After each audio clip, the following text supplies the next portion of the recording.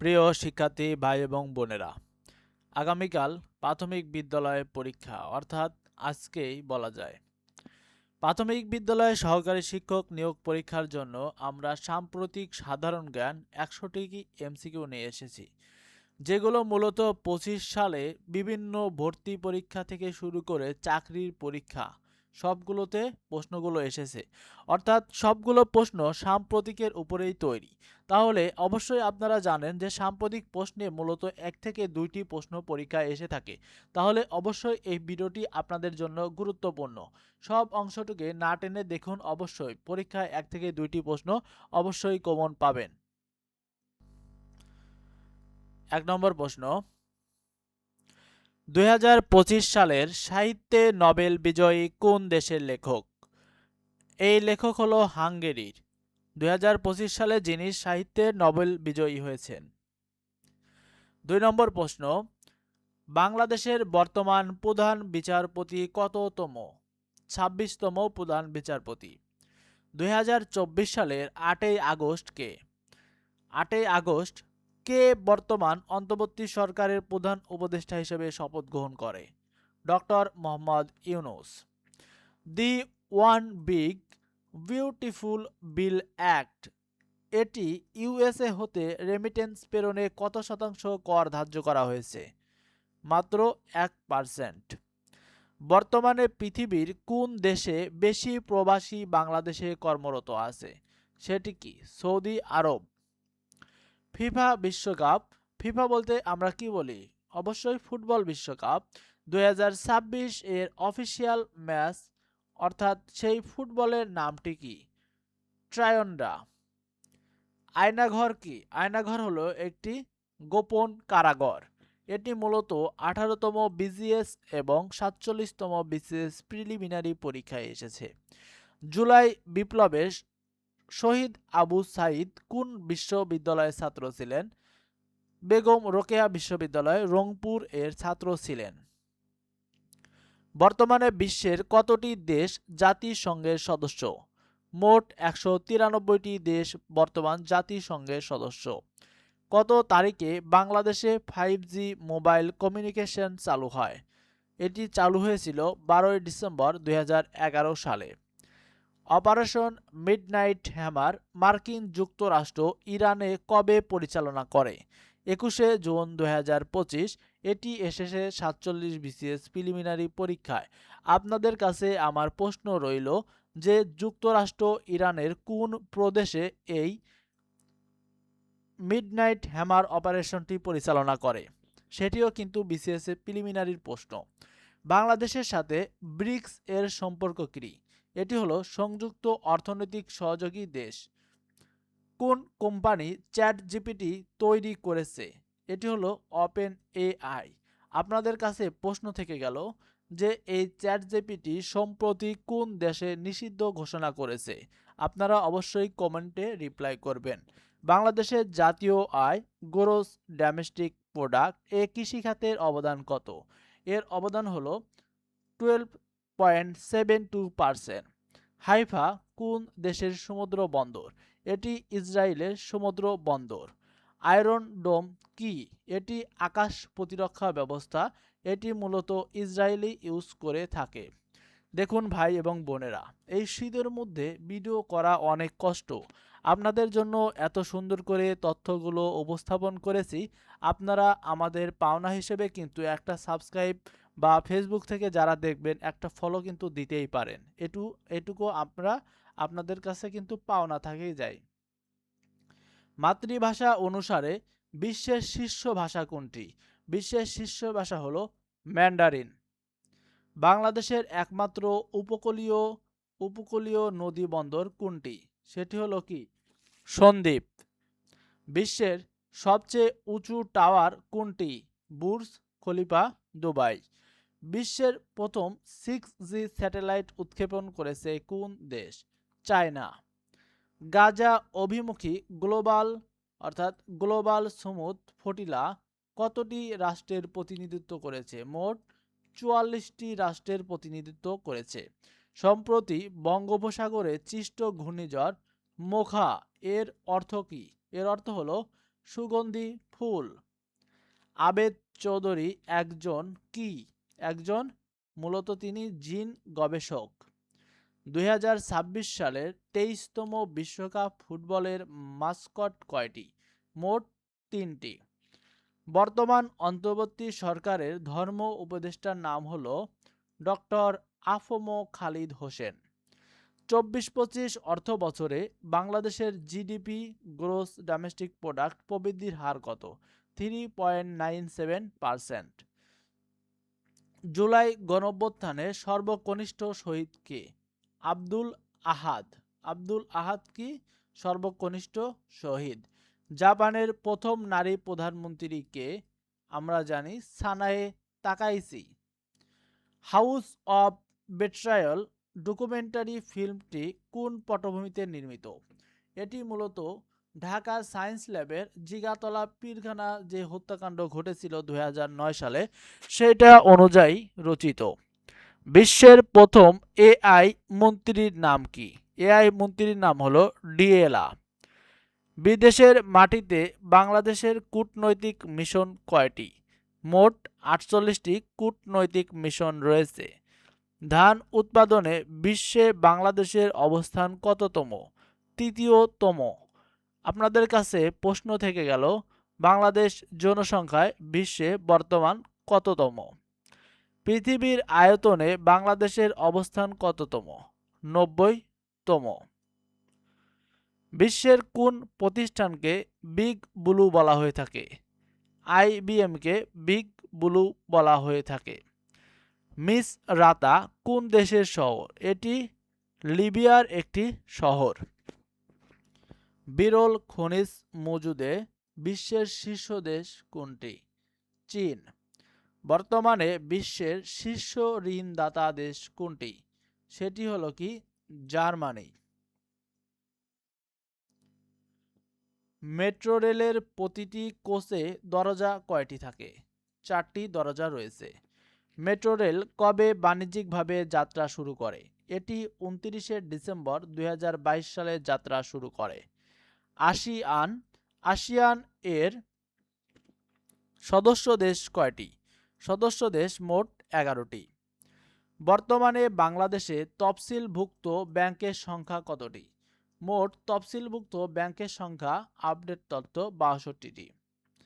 2025-26 অর্থ বছরে এডিপি এর আকার কত? এডিপি এর আকার হলো 2,30,000 কোটি টাকা। আল জাজিরা স্যাটেলাইট টেলিভিশন কোন দেশ ভিত্তিক? এটি মূলত কাতার দেশ ভিত্তিক। বিশ্বের প্রথম ডিজিটাল মুদ্রার নাম কি? বিটকয়েন। একটি বিটকয়েন যদি আমার আজকে থাকতো, আমি আজকে কি করতাম তাহলে বলেন? বাংলাদেশের প্রধান উপদেষ্টা ডক্টর মোহাম্মদ ইউনূস কত তারিখে দায়িত্ব গ্রহণ করেন? তিনি 8ই আগস্ট 2024 সালে দায়িত্ব গ্রহণ করেছিলেন। কত তারিখে নির্দলীয় তত্ত্বাবধায়ক সরকার ব্যবস্থা পুনর্বহাল সংক্রান্ত রায় ঘোষিত হয়েছিল? কি 20 নভেম্বর 2025 সাল। কোন দেশটি 2025 সালের নভেম্বর COP30 এই জলবায়ু সম্মেলন আয়োজন করবে? আয়োজনকারী দেশ হবে Brazil. One big beautiful act কোন খাতের সাথে সম্পর্কিত? এটি অর্থনৈতিক খাতের সাথে সম্পর্কিত। দক্ষিণ এশিয়ার প্রথম দেশ হিসেবে স্টারলিংকের ইন্টারনেট চালু করে কোন দেশ? ভুটান। বর্তমানে বিশ্বের সবচেয়ে বড় তেল উৎপাদনকারী দেশ কোনটি? যুক্তরাষ্ট্র। যমুনা রেলওয়ে সেতুর দৈর্ঘ্য 4.8 কিলোমিটার। আপনারা কমেন্টে জানাবেন পদ্মা সেতুর দৈর্ঘ্য কত? আমি বলে দেই 6.15 কিলোমিটার। বিশ্বের কততম দেশ হিসেবে বাংলাদেশে মেট্রো রেল চালু হয়? বিশ্বের 60তম দেশ হিসেবে বাংলাদেশে মেট্রো রেল চালু হয়। ঘোষিত পরমাণু অস্ত্রধারী দেশ কয়টি? 8টি দেশ। বর্তমানে বাংলাদেশে কোন ব্র্যান্ডের গাড়ি সংযোজিত হচ্ছে? হুন্ডাই। বাংলাদেশের প্রধান বিচারপতি জুবায়ের রহমান চৌধুরী কততম প্রধান বিচারপতি? তিনি ২৬তম প্রধান বিচারপতি।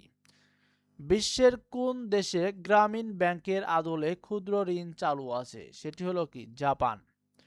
বাংলাদেশের জাতীয় সংসদ সংস্কারের জন্য কোন প্রস্তাব দেওয়া হয়েছে? দ্বি-স্তর বিশিষ্ট সংসদ সদস্য। ইরাক ও সিরিয়ায় আইএসআইএস দমনে গঠিত জোটের নাম কি? এটি হলো সিজেটিএফ, একটি জোট। গাজা ইসরায়েল যুদ্ধ কত তারিখে শুরু হয়েছিল? ৭ই অক্টোবর ২০২৩ সালে শুরু হয়েছিল। ২০২৫ সালে শান্তিতে নোবেল বিজয়ী মারিয়া করিনা মাচাদো কোন দেশের নাগরিক? তিনি ভেনেজুয়েলার নাগরিক। বাংলাদেশের পোশাক সর্বাধিক কোন দেশে রপ্তানি করা হয়? মিস্টার যুক্তরাষ্ট্রে। বাংলাদেশের বৃহত্তম সার কারখানা কোনটি? বৃহত্তম সার কারখানা হলো পলাশ ইউরিয়া ফার্টিলাইজার। সম্প্রতি পেরুতে খুঁজে পাওয়া প্রায় ৩৫০০ বছরের পুরনো শহরের নাম পেনিকো শহর। ইব্রাহিম আকর্ড কোন দেশ উত্থাপন করেন? তিনি মার্কিন যুক্তরাষ্ট্রকে উত্থাপন করেছিলেন। বাংলাদেশের পক্ষে প্রথম ১০০তম টেস্ট ক্রিকেট খেলোয়াড় কে? মুশফিকুর রহিম। টেস্ট ক্রিকেটে সর্বাধিক সংখ্যক শতরানের কৃতিত্ব রয়েছে মিস্টার শচীন টেন্ডুলকার, অর্থাৎ তিনি ভারতের সবচেয়ে ভিআইপি খেলোয়াড়। বাংলাদেশের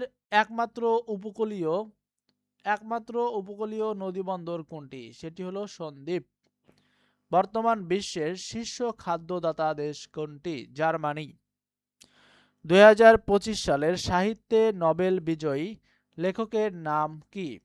লেখকের নাম হলো হানজেরি। বিশ্বের প্রথম এআই চালিত ইমিগ্রেশন করিডর চালু করলো কোন দেশ? আরব আমিরাত চালু করেছে। এসডিজি এর মেয়াদ শেষ হবে কবে? 31 ডিসেম্বর 2030। বাংলাদেশে বর্তমান প্রধান বিচারপতির নাম কি? জুবায়ের রহমান। কততম বিচারপতি? এর আগেও পড়িয়েছি, আপনারা কমেন্টে অবশ্যই বলবেন।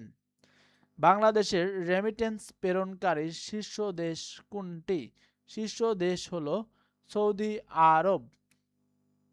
সৌদি আরব থেকে সবচেয়ে বেশি রেমিটেন্স আসে এবং সৌদি আরবে সবচেয়ে বেশি মানুষ থাকে। বাংলা নববর্ষের শুভযাত্রার বর্তমান নাম কি?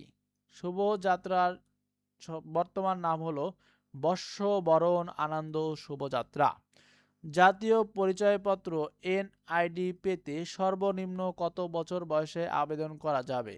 16 বছরে আবেদন করা যাবে। বর্তমানে বাংলাদেশে অত্যাবশ্যকীয় ওষুধ কতটি? অত্যাবশ্যকীয় মেডিসিন হলো 285টি।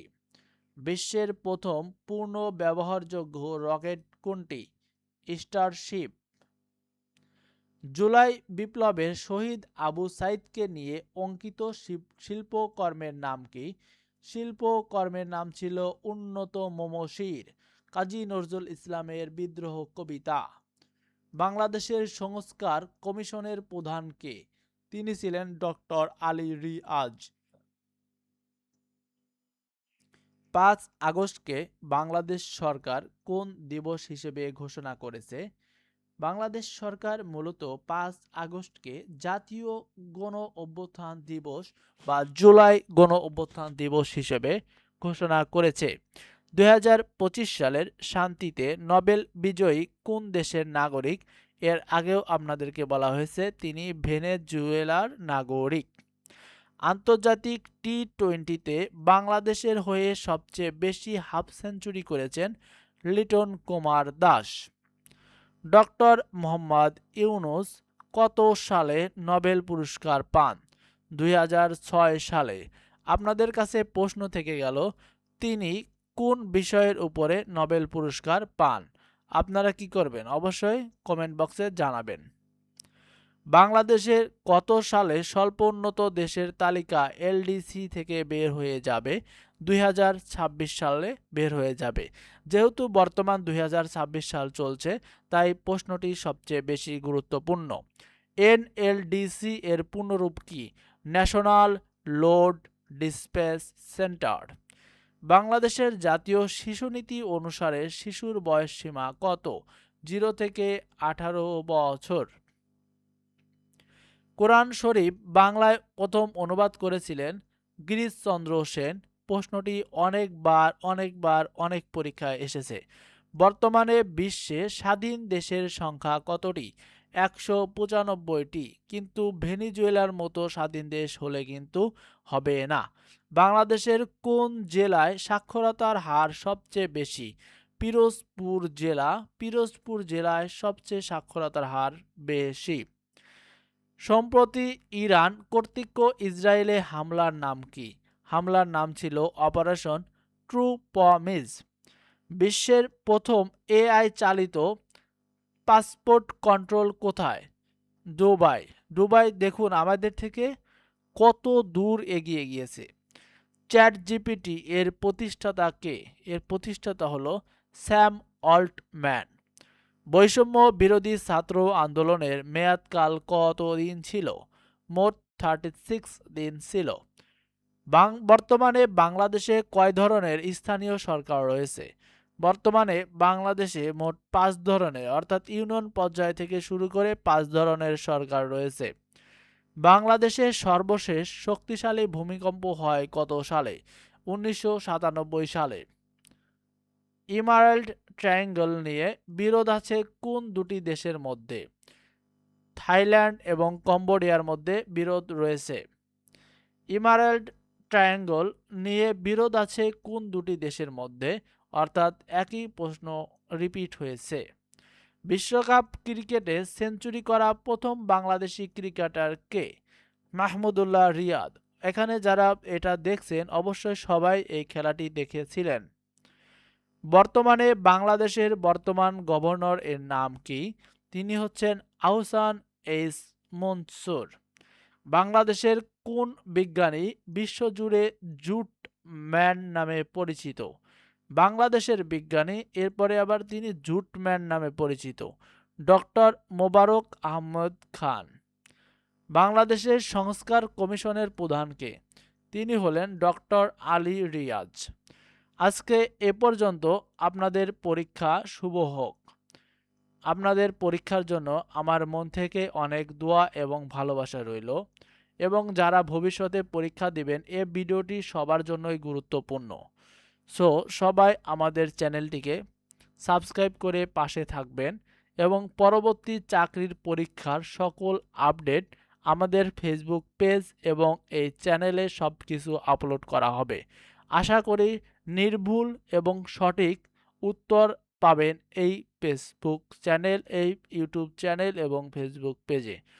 তাই আমাদের সাথে সবাইকে থাকার জন্য অনুরোধ করছি এবং আমাদের এই শীতের মধ্যে কষ্টকে আপনারা একটু শানিত করতে অবশ্যই চ্যানেলটিকে সাবস্ক্রাইব করে দিবেন। সবাইকে অসংখ্য ধন্যবাদ। সবার জীবনে বয়ে আসুক অনাবিল সুখ, স্বাচ্ছন্দ্য, আরামায়েশ। সবাইকে ধন্যবাদ।